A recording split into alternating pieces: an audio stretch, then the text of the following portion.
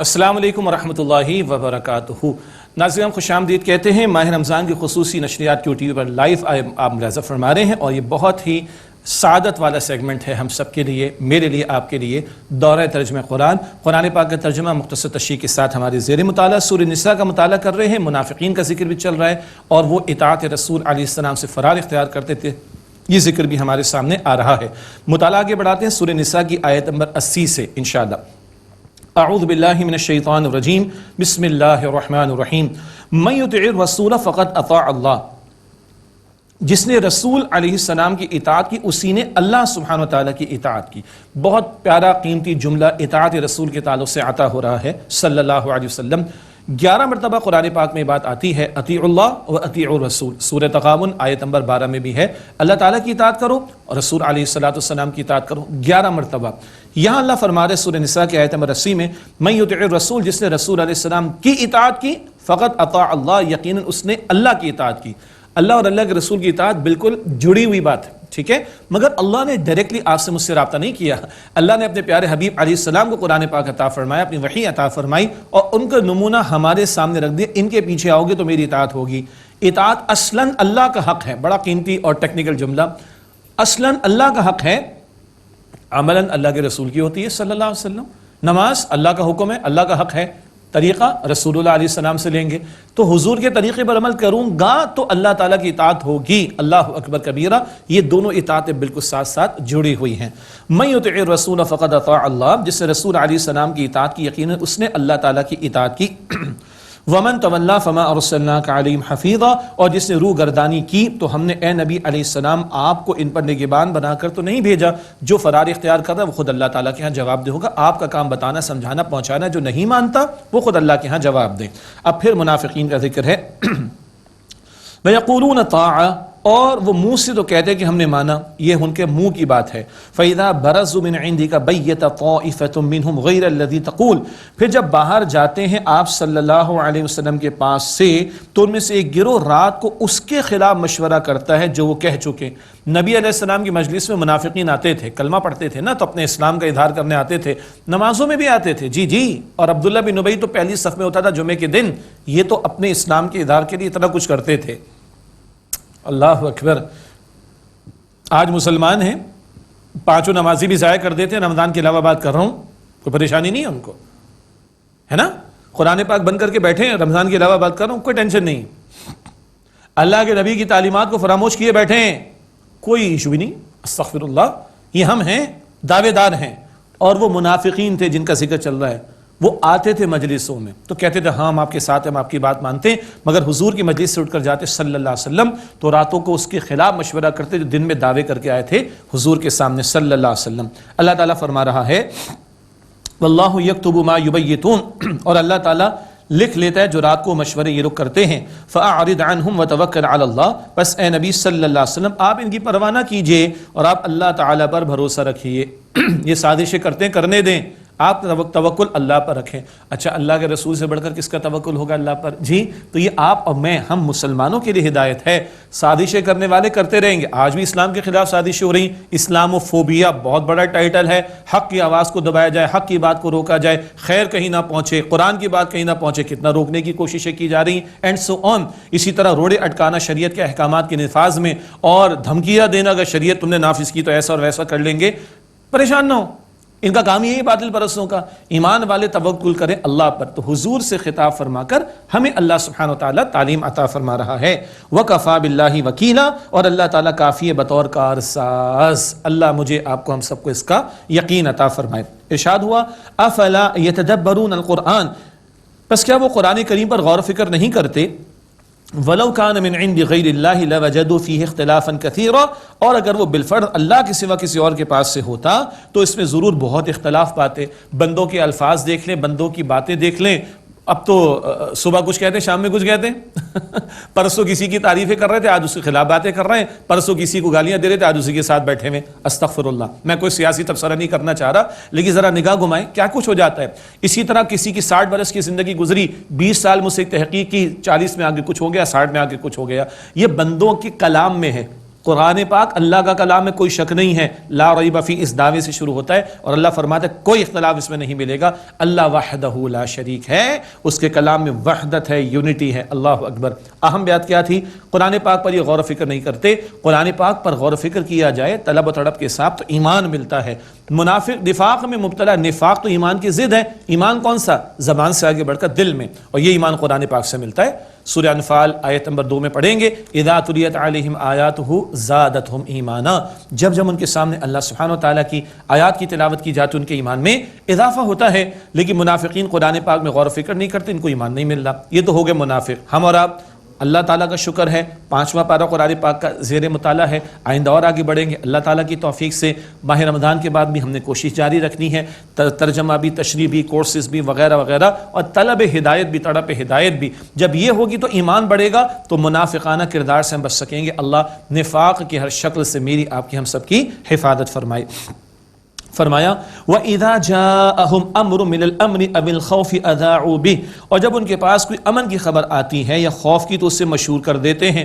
ذہن میں رکھے غزوات کا سلسلہ جاری، مشرکین کی طرف سے بھی سازشیں، یہود کی طرف سے بھی سازشیں، ایک جنگ کا ماحول بنا ہوا ہے، تو افواہیں پھیلا کر جو ہے وہ حربے اختیار کیے جاتے ہیں مورال کو جو ہے وہ ڈاؤن کرنے کے لیے، اور اس طرح کی چیزیں۔ تو کیا ہے ان کا حال یہ کہ امن کی خبر آتی ہے، خوف کی تو اس کو مشہور کر دیتے ہیں، حالانکہ خبروں کو ایسے نہیں نشر کرنا چاہیے۔ آگے بتایا جا رہا ہے وَلَوْ رَدُّوهُ إِلَى الرَّسُولِ وَإِلَى أُولِي الْأَمْرِ مِنْهُمْ، اور اگر وہ اسے پہنچاتے رسول علیہ السلام کی طرف اور اپنے صاحب اختیار لوگوں کی طرف، تو لَعَلِمَهُ الَّذِينَ يَسْتَنبِطُونَهُ مِنْهُمْ، تو ان میں سے جو لوگ تحقیق کر لیا کرتے ان کو جان لیتے، یعنی خبریں اہم جو ہیں وہ ان کو نشر نہ کیا جائے، صحیح لوگوں تک پہنچایا جائے۔ صحیح لوگوں سے مراد جو معاملہ فہمی کو جانتے ہیں، ڈیسیشن میکنگ کو جانتے ہیں، جو اتھارٹی رکھتے ہیں، تو وہ اس سے صحیح فیصلہ اختیار اخذ کر لیں گے، کیا کرنا ہے کیا نہیں کرنا، ان تک پہنچایا جائے۔ یہ اہم نقطہ ہے افواہوں کی روک تھام کے اعتبار سے، ورنہ افواہیں پھیلا کر معاشروں کو اور ممالک کو انتشار میں مبتلا کیا جاتا ہے،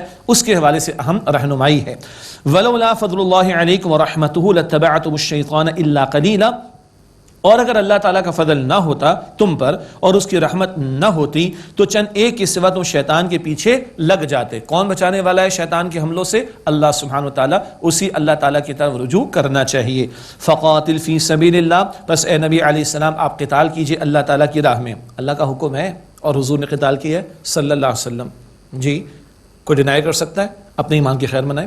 ہاں قتال شرائط کے ساتھ ہے، مقاصد کے ساتھ ہے، پڑھتے آئے ہیں اور سمجھتے جائیں گے آئندہ بھی انشاءاللہ تعالی۔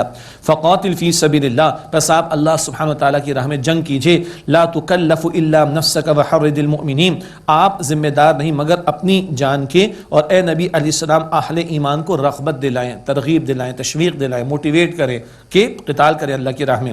عسى اللہ ان یکف بأس الذین کفروا، قریب ہے کہ اللہ تعالیٰ کافروں کی جنگ کا زور روک دے۔ واللہ اشد بأسا واشد تنکیلا، اور اللہ تعالیٰ بہت زبردست ہے جنگ میں اور سخت ہے سزا دینے میں۔ ایمان والوں کا توکل اللہ پر ہو، اللہ ان کے لیے کافی ہے، اللہ ہی کافی ہو جائے گا جنگ کے زور کو توڑنے کے لیے، کفار کا جنگ کا معاملہ، اور اللہ تعالیٰ جنگ کے معاملے میں بہت زبردست اور سزا دینے میں بہت سخت ہے، اس کی طرف رجوع کرنے کی ترغیب ایمان والوں کو دلائے گی۔ اگلی 2 آیات میں بہت اہم ہدایات ہیں معاشرتی اعتبار سے۔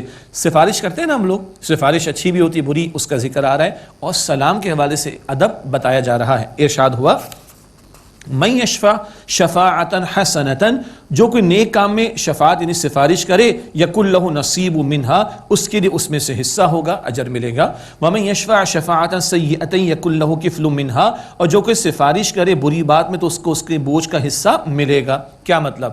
اچھا ایک ہمارا خیال ہے کہ سفارش، یا میرا بھتیجا اس کو نوکری پہ رکھ لو، ہاں میرا بیٹا اس کو نوکری پہ رکھ لو، اگر وہ کوالیفائی کرتا ہے تو ٹھیک ہے، یہ بھی سفارش ہے، دنیا کے اعتبار سے ہم بات کر رہے ہیں۔ سفارش اور بھی ہوتی ہے، ارے بھائی نیکی کی بات کر لو، ارے بھائی گناہ کو چھوڑ دو، ارے بھائی فلاں کی مدد کر دو، ارے بھائی فلاں کا ذرا یہ مسئلہ ہے تھوڑا سا ہیلپ آؤٹ کر دو، یہ سب بھی سفارش ہیں۔ جی صرف نوکری کے لیے رکھوا دینا سفارش نہیں ہے، جس کو آپ نہ ہم کہتے ہیں خیر کا کام، نیکی کا کام، صدقے کا معاملہ، مدد کرنے کی بات، کسی کے کام آ جانا اور نیکی میں آگے بڑھنا، بدی سے رک جانا، ان ساری طرف توجہ دلانا، یہ خیر کی بات ہے۔ اور شر کی سفارش کیا ہے؟ آؤ جی فلاں مووی دیکھیں، استغفر اللہ، آؤ جی فلاں کی غیبت کرے، استغفر اللہ، یہ فلاں نے فلاں کے بارے میں یہ کہا، تم بھی آگے فارورڈ کرو، تم بھی فارورڈ کرو، یہ کیا؟ یہ بری سفارشیں ہیں، تو اس کا وبال ہوگا، اس کا حصہ بھی ملے گا۔ تو خیر کے معاملے میں سفارش اجر پاؤ گے، شر کے معاملے میں سفارش گناہ پاؤ گے۔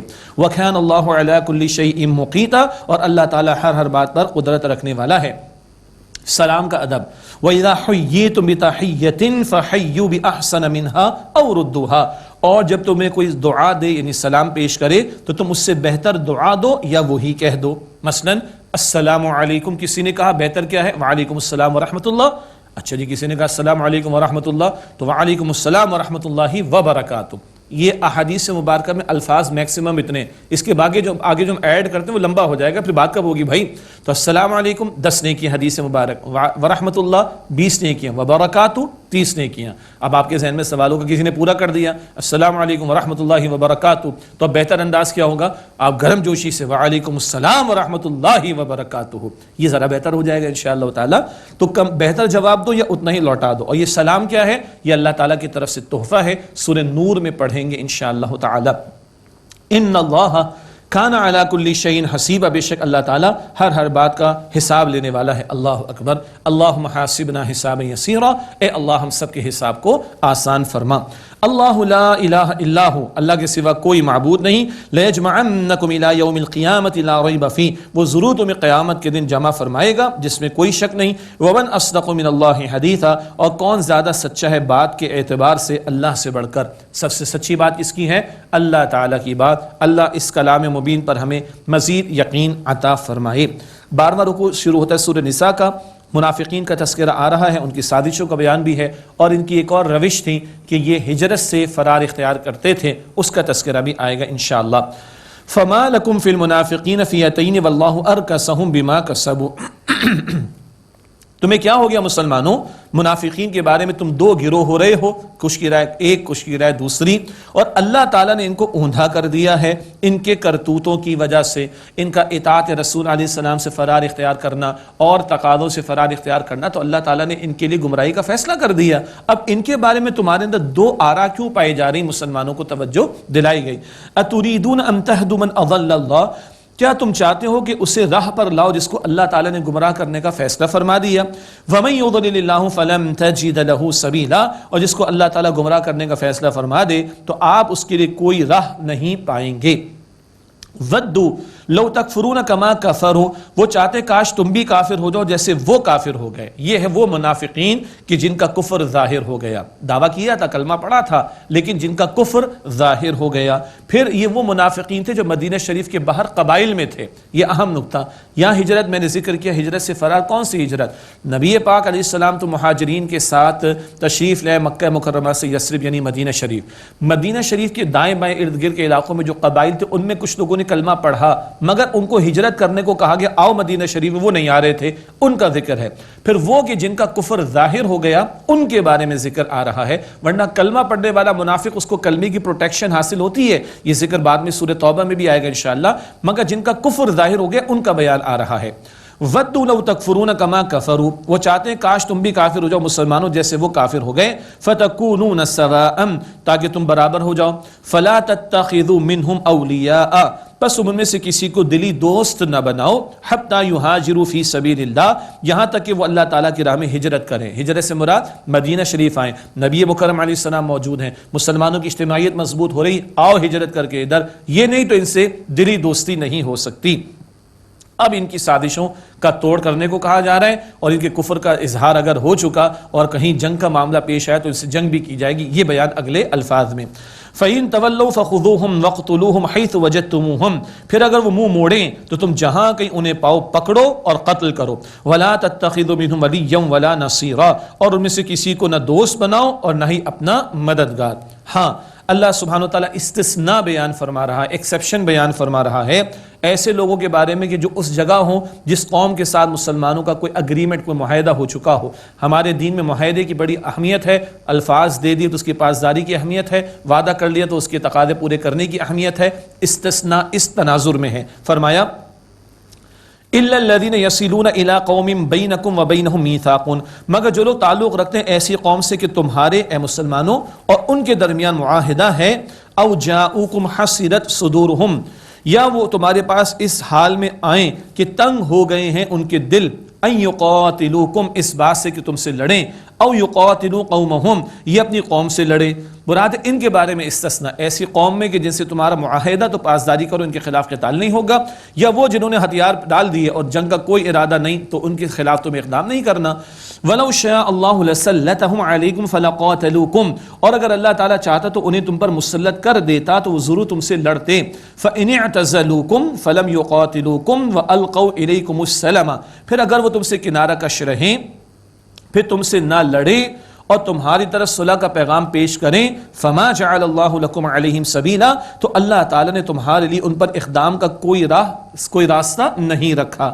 یہ ہے بڑا پیارا توازن والا تعلیم کا معاملہ کہ جنگ برائے جنگ تھوڑی وہ لڑنے کے لیے آمادہ نہیں ہے، لڑنا چاہتا نہیں ہے، جان اس نے اپنی تمہارے سامنے پیش کر دی، میں لڑتا نہیں ہوں، ہینڈز اپ کر دیے گویا کہ، تو زبردستی کسی سے جنگ بھی نہیں کی جائے گی۔ جب ضرورت ہوگی، تقاضا ہوگا تو جنگ کا معاملہ ہوگا، اور جب نہیں تو اللہ تعالیٰ منع فرما رہے کہ ان کے مقابلے میں کوئی اقدام کرنے کی راہ تمہیں نہیں دی جا رہی۔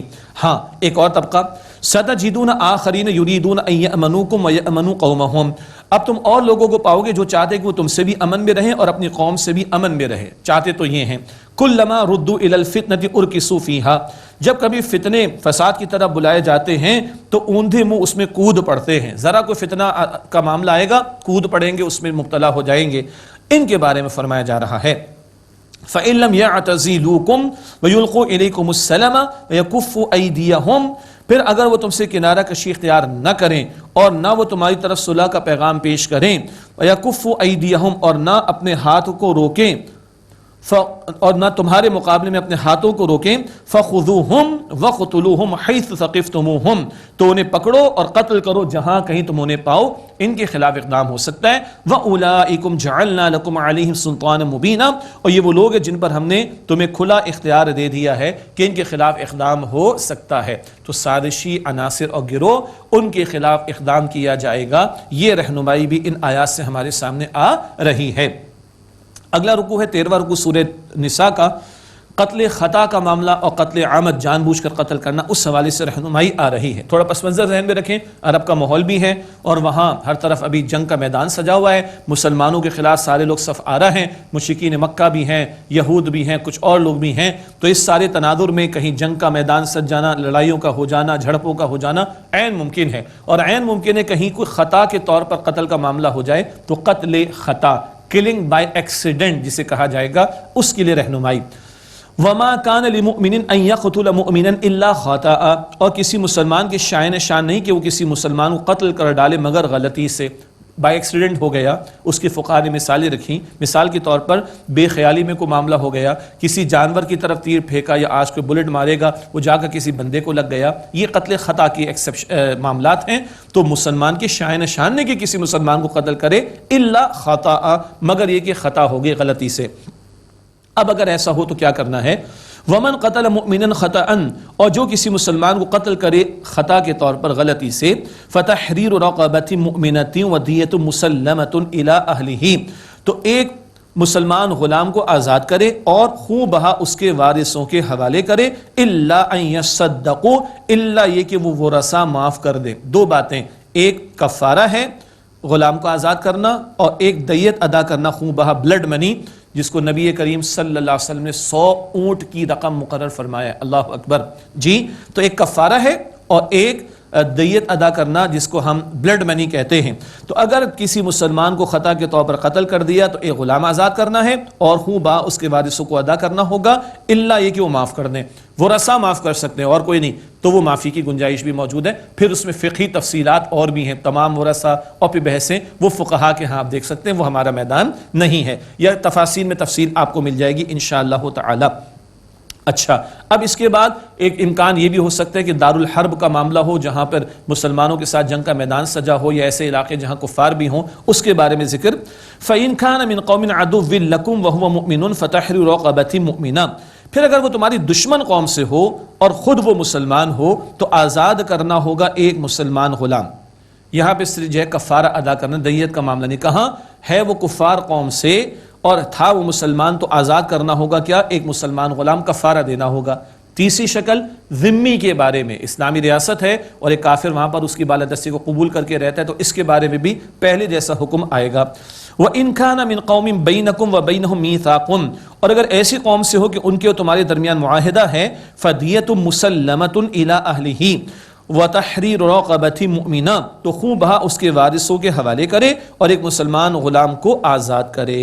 تو پہلی شکل اور تیسری شکل ذمی والی، اس میں کفارہ بھی ہے اور دیت بھی ہے، اور جو درمیانی شکل تھی کفار کی قوم سے تھا مومن تو صرف کفارہ دینا ہوگا، ایک مسلمان غلام کا آزاد کرنا۔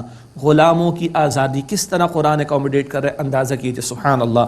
آگے فرمایا فَمَن لَّمْ يَجِدْ، پس جو یہ نہ پائے، انہیں غلام کا آزاد کرنا اس کی استطاعت نہیں ہے، فَصِيَامُ شَهْرَيْنِ مُتَتَابِعَيْنِ تَوْبَةً مِّنَ اللَّهِ، تو 2 مہینے لگاتار روزے رکھے، یہ توبہ ہے اللہ تعالیٰ کی طرف سے۔ یہ جو کفارہ تھا غلام کے آزاد کرنے کا، اگر اس کی استطاعت نہیں 2 مہینے لگاتار روزے رکھنے ہیں، یہ جرمانہ نہیں بلکہ کفارہ ہے، ایک ندامت کا معاملہ ہو جائے گا، اور یہ توبہ مقرر کی گئی اللہ سبحانہ و تعالیٰ کی طرف سے۔ آپ غور فرمائیں، اسلام جو اس طرح کے احکامات میں رہنمائی دے رہا ہے، وہاں کہیں مال خرچ ہوتا ہے، بلڈ منی تو دی جائے گی ورثاء کو، غلام آزاد کیا جائے گا تو اس کی جان بچ گئی الحمدللہ، یا روزے رکھنے ہوں گے تو روحانی ترقی میسر آئے گی۔ کیا خوبصورت تعلیمات عطا ہو رہی۔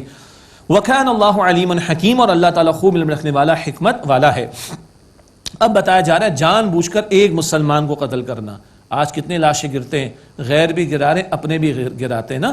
کافر تو مار رہے ہیں مسلمانوں کو، شہید بھی کر رہے ہیں، اپنے دشمنیوں میں آ کر اور مال کے چکر میں، جائیداد کے چکر میں، نفرتیں اور پتہ نہیں کن چکروں کے اندر مار ڈالتے ہیں ایک مسلمان کی جان۔ ذرا سنیے قرآن پاک کیا فرما رہا ہے، وَمَن يَقْتُلْ مُؤْمِنًا مُتَعَمِّدًا فَجَزَاؤُهُ جَهَنَّمُ، اور جس نے کسی مسلمان کو جانتے بوجھتے قتل کیا تو اس کی سزا جہنم ہے، خالدن فیہا، وہ مدتوں اس میں رہے گا، وغضب اللہ علیہ، اور اس پر اللہ کا غضب ہوگا، ولعنہ، اور اللہ تعالیٰ کی لعنت اس پر ہوگی، واعد لہ عذابا عظیما، اور اس کے لیے اللہ تعالیٰ نے بڑا عذاب تیار کر رکھا ہے۔ اللہ اکبر، یہ 5 سزائیں اللہ تعالیٰ قرآن پاک میں بیان فرما رہے ہیں، جہنم اور مدتوں پڑا رہے گا، اللہ تعالیٰ کا غضب، اللہ تعالیٰ کی لعنت، اور بڑا عذاب اس کے لیے اللہ سبحانہ و تعالیٰ نے تیار کر رکھا ہے۔ اللہ اکبر۔ اور آج کتنے لاشیں مسلمانوں کے گرتے ہیں۔ اللہ کے نبی صلی اللہ علیہ وسلم نے خانہ کعبہ کو خطاب کرتے ہوئے ارشاد فرمایا، اے کعبہ تو کس قدر عظمت والا ہے، لیکن اللہ کے ہاتھ میں محمد مصطفیٰ علیہ السلام کی جان ہے، اے کعبہ ایک مسلمان کی جان تجھ سے زیادہ اللہ تعالیٰ کے نزدیک محترم ہے۔ اللہ اکبر، اللہ اکبر۔ اور کتنے لاشیں گرتے ہیں، استغفر اللہ۔ وہ قصاص کا قانون تو ہے کہ قاتل کو قتل کیا جائے، اور جان بوجھ کے قتل کرنے والے کے لیے سارے معاملات بھی اللہ تعالیٰ بیان فرما رہے ہیں۔ بہت سخت وعیدیں آئی ہیں قاتل کے لیے اور مسلمان کی جان لینے والے کے لیے۔ اللہ تعالیٰ ہمیں ان احکامات کی سمجھ اور عمل کرنے کی توفیق عطا فرمائے۔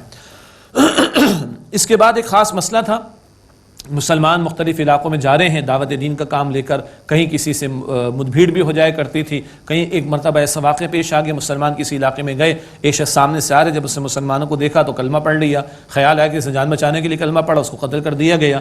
بعد میں توجہ دلائی گئی اور اس پس منظر میں آیات آ رہی ہیں۔ فرمایا یا ایھا الذین آمنوا اذا ضربتم فی سبیل اللہ فتبینوا، اے ایمان والو جب تم اللہ تعالیٰ کی راہ میں نکلو، مراد جہاد و قتال کے لیے، تو تحقیق کر لیا کرو۔ ولا تقولوا لمن القى الیکم السلام لست مؤمنا، اور جو تمہیں سلام کہے اس سے یہ مت کہو کہ تو مسلمان نہیں ہے۔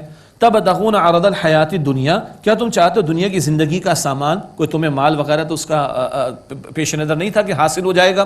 فعند اللہ مغانم کثیرہ، پھر اللہ تعالیٰ کے پاس بہت غنیمتیں ہیں۔ کذالک کنتم من قبل فمن اللہ علیکم فتبینوا، تم بھی اسی طرح پہلے تھے تو اللہ تعالیٰ نے تم پر احسان فرمایا، بس تحقیق کر لیا کرو۔